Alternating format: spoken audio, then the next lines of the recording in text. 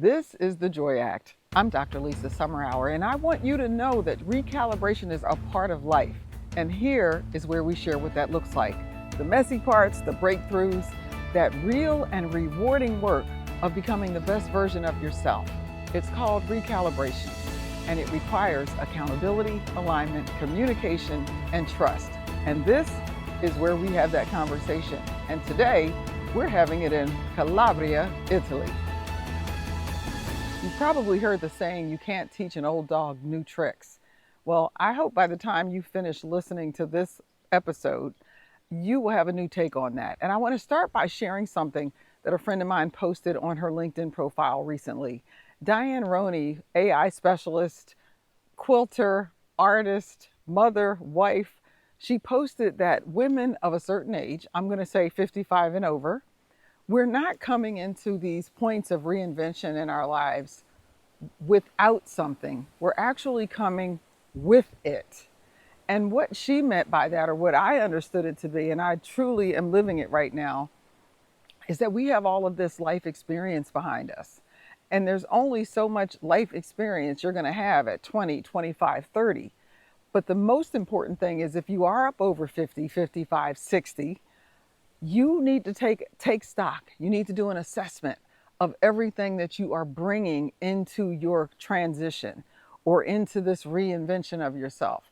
And very often, we're so busy looking at what we think we can't do because we haven't done it yet, that we forget to take stock of the things that we've already experienced and the things that we do know about ourselves that really can help us move forward. So, for example, when you were younger, you had a lot of questions. You might have had a lot of confidence, a lot of bravado, but you didn't necessarily have the experience to support it. And so some of the things that we know now, we know a lot of the things that we don't enjoy. We know a lot of the things that we are capable of doing, and we've already tested ourselves and probably surprised ourselves a few times over the years, learning about the things that we are understanding, the things that we were able to learn, right? So that you can't teach an old dog new tricks, that myth actually starts getting nibbled away. And I'm going to use an example of long distance swimmer Diana Nyad.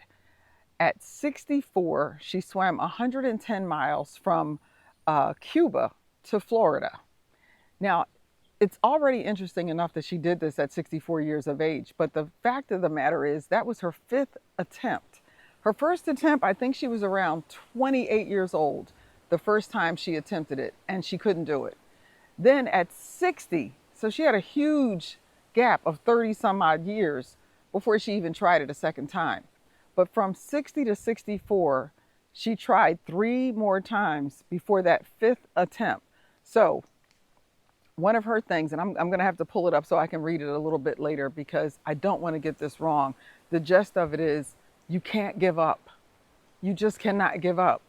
But the first thing you have to do is understand and know the thing that you're not giving up on. What is that thing that you really want to do? What is the experience that you really want to have? It could be several things that you want to do. And I'm going to have another episode talking about people who are multi-talented or gifted or who make many transitions or reinventions in their lives. Because one of the other things that we hear oftentimes is only focus on one thing.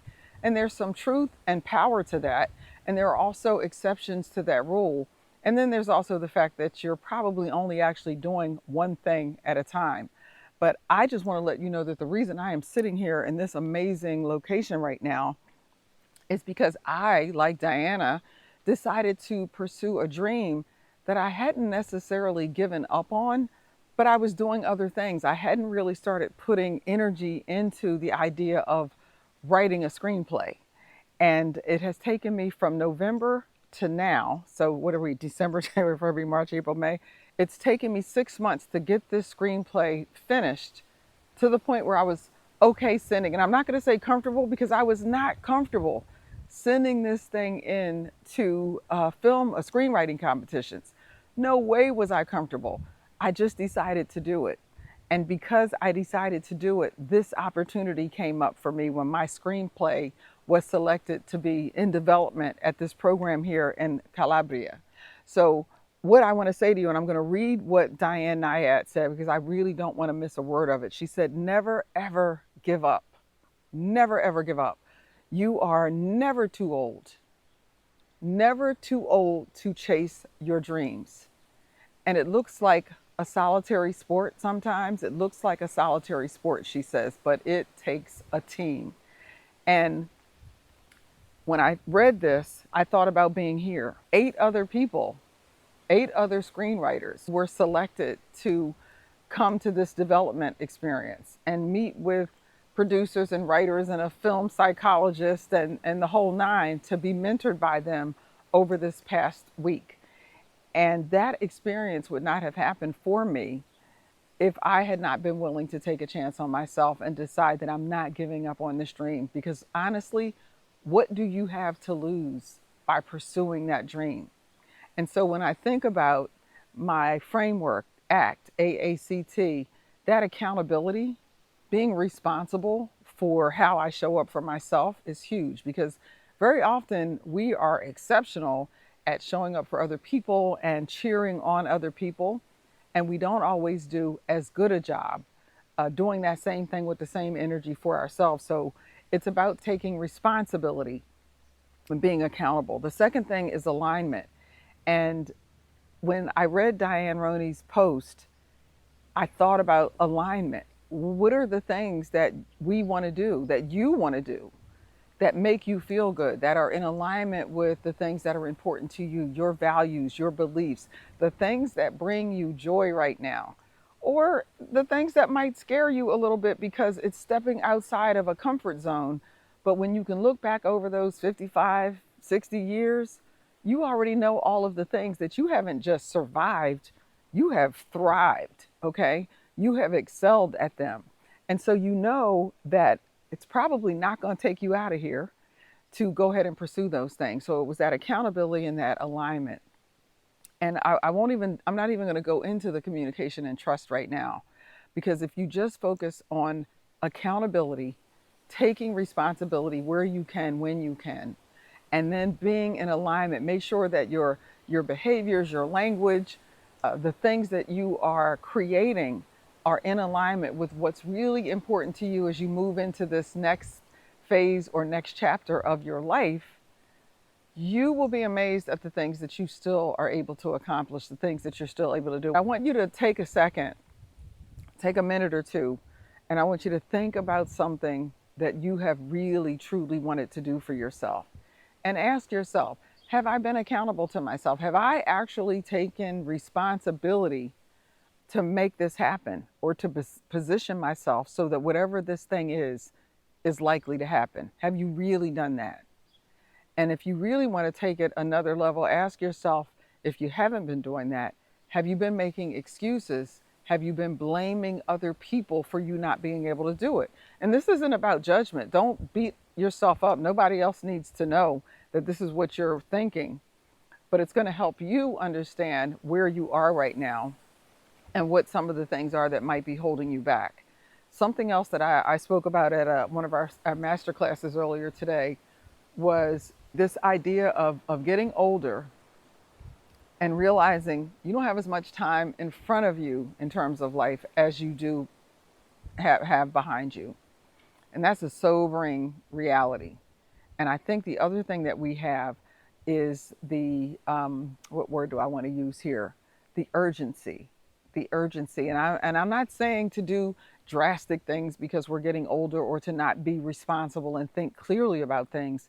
But I am saying you will, if you live long enough, I think you can get to this place where the urgency of this is really important to me. There are things that I really want to do before I leave this earth. There is a legacy that I want to leave here for, if you have children, or in my case, nieces or nephews or friends or whomever it might be.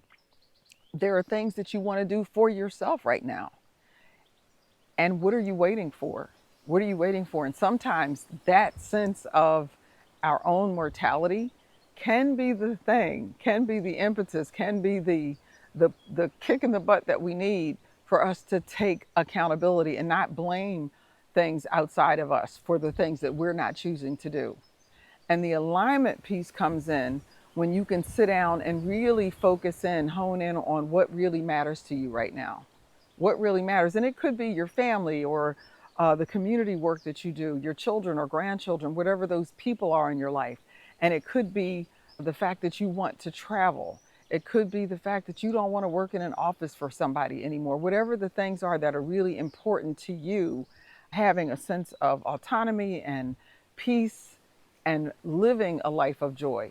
When you figure out what that is, and then you can be accountable for taking the steps to get you there, that is a level of empowerment that I just hope people aspire to. You think about accountability in terms of what is mine now to take care of, to be accountable for, to be responsible for, and your alignment. Who am I becoming, or how do I want to show up in the world moving forward? And I really feel like these are amazing questions for seasoned or more mature women to not be afraid to ask ourselves. And the reason I believe that is because by the time you hit 55, you have real lived experiences. You have real evidence of what you are capable of. You can prove the things that you're good at. You know the things that you're capable of learning probably exceed your imagination because you've already done it, right? And so we don't have to be afraid of AI. And I'm going to use Diane Roney as another example right here because she has a certification. Actually, I think she has two in AI. And we are women of a certain age, of a certain perspective. And her perspective is, why not? Of course I can learn this. Why wouldn't I be able to learn this? So don't create barriers for yourself unnecessarily. I want to thank you for joining me. And remember this, the question is not whether it's too late. The question is, what are you going to do with everything you know right now? Yeah. That is the strategic advantage, and it's yours right now. Thanks for joining me. Until next time, go live your joy act.